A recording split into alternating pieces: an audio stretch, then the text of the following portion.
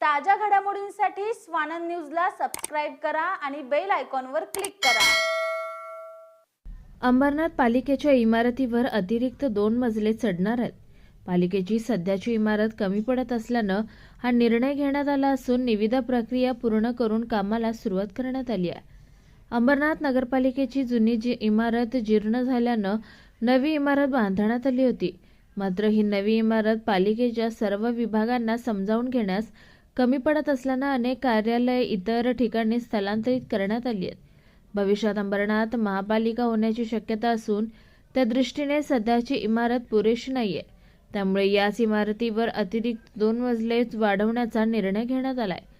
या शासनाने 18 कोटी रुपयांचा निधी करून दिला असून निविदा प्रक्रिया पूर्ण करून कामाला देखील सुरुवात करण्यात आली आहे। अंबरनाथ पालिकेचे प्रशासक डॉक्टर प्रशांत रसाळ यांनी या इमारतीच्या कामाची पाहणी केली आहे।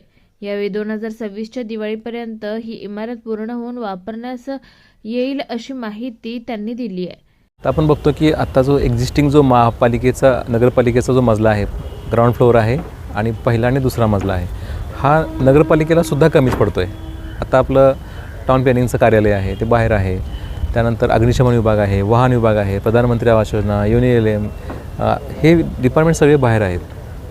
याचा अर्थ असा आहे की आपल्याला ही इमारत कमी पडते। भविष्यकाळात ही महापालिका होणार तर वाढत्या शहराची गरज म्हणून इमारतसुद्धा प्रशस्त असली पाहिजे। नंतर 2 ठिकाणी इमारती करणं, वेगवेगळ्या 2 टावर निर्माण करणं हे चुकीचं ठरेल। जागाची उपलब्धता आपल्याला लिमिटेड आहे, त्यामुळे माननीय खासदार साहेबांनी आपल्याला अजून 18 कोटी रुपयांचा निधी दिलेला आहे मागच्या वर्षी, त्याची निविदा झालेली आहे आणि आता आपण बघत आहोत हे 3ऱ्या आणि 4थ्या मजल्याचं काम आहे। या ठिकाणी 43 हे पिलर दिसत आहेत, हे आता भरून घेतले। 48 पिलर आहे ते आपण भरून घेतले आणि हे डोम दिसतोय, तो डोम आता आपल्याला काढायचा आहे। टाकी दिसते 2 पाण्याचे, हे काढायचे आहेत जेणेकरून हे सपाट भाग होईल। 2026 पर्यंत हे काम आपलं पूर्ण होईल आणि अहोरात्र काम करण्याच्या सूचना आपण दिलेल्या आहेत।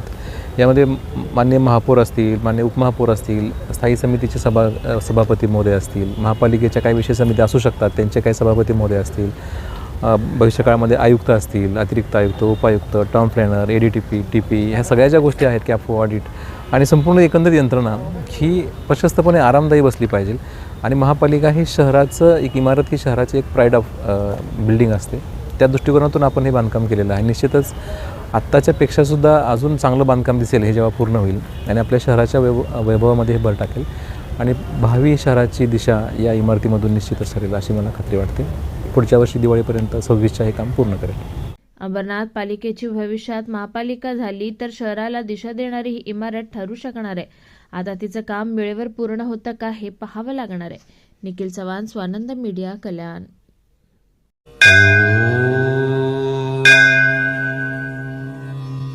Shri Sai Samarth Jyotishalay, astrologer and palmist Pandit TS Bhattar गुरुजी।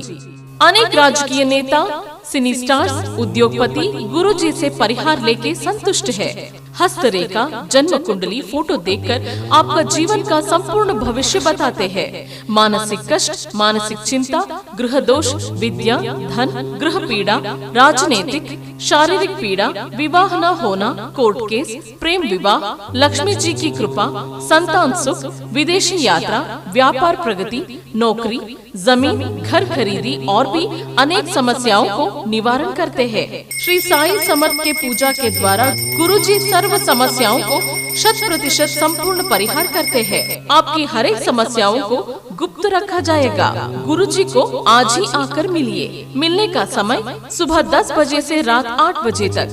खायम पत्ता श्री साई समर्थ ज्योतिषालय, पंडित TS भट्टर गुरुजी, राम मारुति रोड, राजमाता वड़ा पाव बाजू में, ठाणे वेस्ट, मुंबई।